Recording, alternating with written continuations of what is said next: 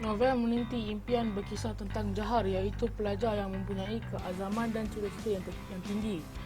Impiannya untuk melanjutkan pelajaran di ITM, Institut Teknologi Mara, selepas peperiksaan sijil pelajaran Malaysia (SPM) musnah apabila dia demam sewaktu peperiksaan tersebut berlangsung. Akibat kemiskinan, dia tidak berpeluang untuk menyambung pelajaran di kawasan di sekolah swasta kerana ibunya tidak mampu membiayai kos persekolahannya yang tinggi selain dua orang adiknya yang masih bersekolah. Bapanya telah meninggal dunia sementara ibunya hanya mengurus getah dan mengayam tikar mengkuang untuk menyara kehidupan mereka sekeluarga. Perasaan tanggungjawab sebagai anak sulung telah memaksanya melupakan seketika impiannya untuk menara ganding.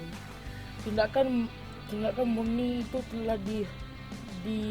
telah disalahertikan oleh sahabat baiknya Suhairi. Dia menganggap Zahar sebagai insan yang gagal kerana tidak berjaya ke ITM walaupun sesama di sekolah mereka telah berjanji untuk ke ITM bersama-sama.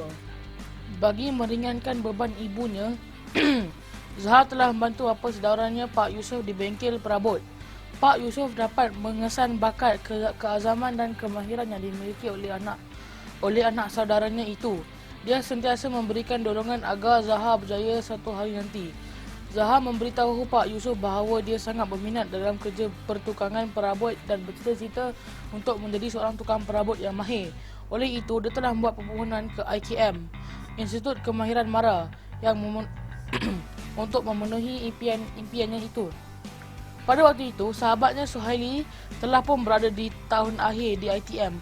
Namun begitu, Zahar berasa tersinggung apabila Suhaili memandang rendah pada serta menghina keinginannya untuk belajar di IKM.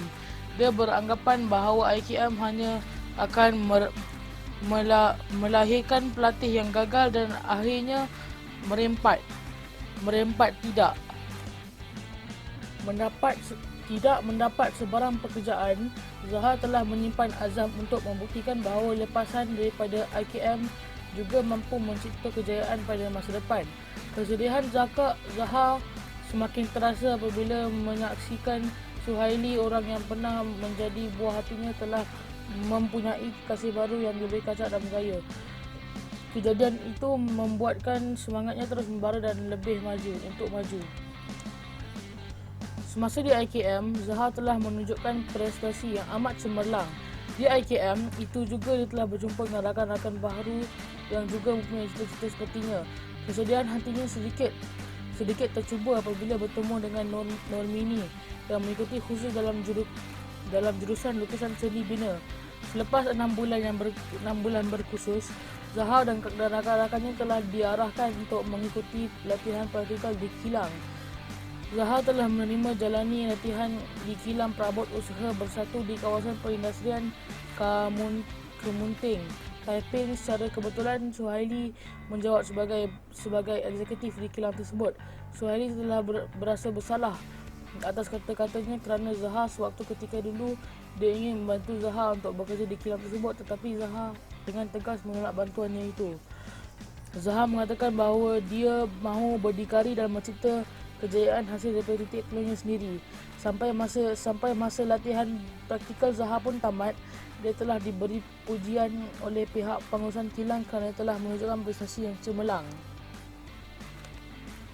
Selepas menamatkan kursusnya di IKM, Zahar telah kembali ke kampung. Dia merancang untuk membuka sebuah bengkel perabot di tanah milik ibunya.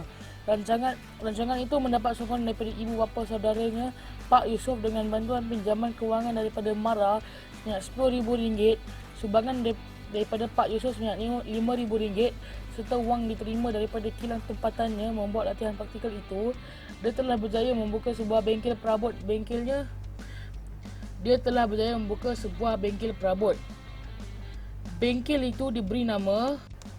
Bengkel tersebut diberi nama Bengkel Perabot Meniti Impian. Akhirnya impian Zahar tercapai dan dia berjaya membuktikan kepada Suhaili bahawa dengan belajar di IKM juga mampu untuk mengubah nasib seseorang.